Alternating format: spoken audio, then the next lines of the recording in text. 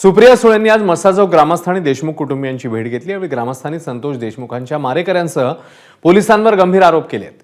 संतोष देशमुखांचा एका महिलेशी संबंध असल्याचा बनाव रचून त्या वादातून हत्या झाली असं दाखवण्याचा पोलिसांचा प्लॅन होता असा आरोप ग्रामस्थांसह धनंजय देशमुखांनी केला। तर ग्रामस्थांच्या आरोपांचा पुनरुच्चार करत भाजप आमदार सुरेश धस यांनी बीड पोलिसांवर निशाणा साधला।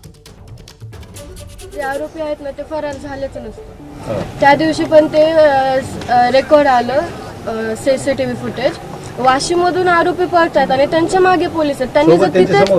त्यांनी जर तिथेच पकडलं नसतं ना म्हणजे पकडलं असतं तर हे आरोपी आज इतक्या लांबपर्यंत गेलेच नसते। आणि ज्यावेळेस यांनी सांगितलं डेड बॉडी इथे इथे आहे म्हणून आमच्या गावातल्या आधी जाण्याच्या अगोदर पोलिसांनी तिथे ॲम्ब्युलन्स बोलवली आणि ती ॲम्ब्युलन्स आता केजकडे आणायची ना त्यांनी, कारण की केजमध्ये सरकारी ऑफिस आहे, त्यांनी ती कळमकडे नेली। आणि ज्यावेळेस त्यांना आता जसे आधीचे गुन्हे त्यांनी लपवले तेच कारण असेल आता पण, कारण की आधीचे असे गुन्हे बॉडीला पैसे नव्हते, त्याला दुसरं त्याला वळण द्यायचं होतं। काय वळण देणार? तर त्यांचे लय मोठे ट्रॅक आहेत, न सांगासारखे ट्रॅक आहेत त्यांचे।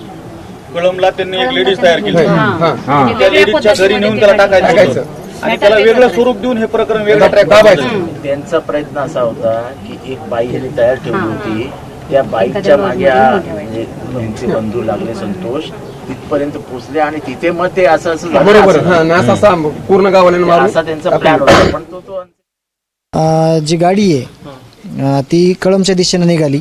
मग त्याच्या मागे ज्या मसाजोगमधल्या ज्या काही गाड्या होत्या त्या गाडी मागे चालल्या की कळमच्या दिशेने माझ्या भावाला का घेऊन चाललेत, कारण मग केज पोलीस स्टेशन आहे, केजला उपजिल्हा रुग्णालय आहे, मग इकडं का घेऊन चाललेत। ह्यांचं हे करत काय होते माहिती आहे का, माणसांना हे मारायचे, हातपाय मोडायचे, रक्तबंबाळ करायचे आणि एका महिलेला काहीतरी पैसे ठरलेले असायचे त्या तिथं नेऊन टाकायचे आणि ती महिला असा जॉब द्यायची की मला ह्यांनी छेडछाड केली आहे, माझ्या घरी कसं काय आला, माझा दरवाजा लावून घेतला आणि त्यातून विनयभंगाचा गुन्हा तीच महिला त्यांच्यावर करणार आणि ह्याला हॉस्पिटल नेऊन ह्यांनी हॉस्पिटल बघायचं का परत केस आहे तिच्याकडे बघायचं, असे खूप मोठ्या प्रमाणात ह्यांचे प्रकार चालायचे। संतोष देशमुखला उचलून न्यायचं, कळंब येथे न्यायचं।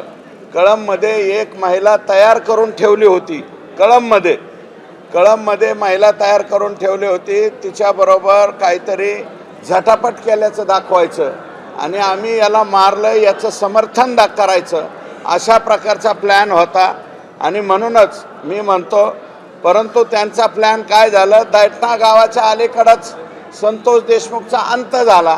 त्याच्यामुळं ते जो प्रकार करायचा होता त्यांना बदनामीचा, संतोष देशमुखच्या, तो बदनामीचा प्रकार त्यांना करता आला नाही आणि आज मला वाटतं गावकऱ्यांनी हेच सांगितलं असावं। एबीपी माझा, उघडा डोळे बघा नीट।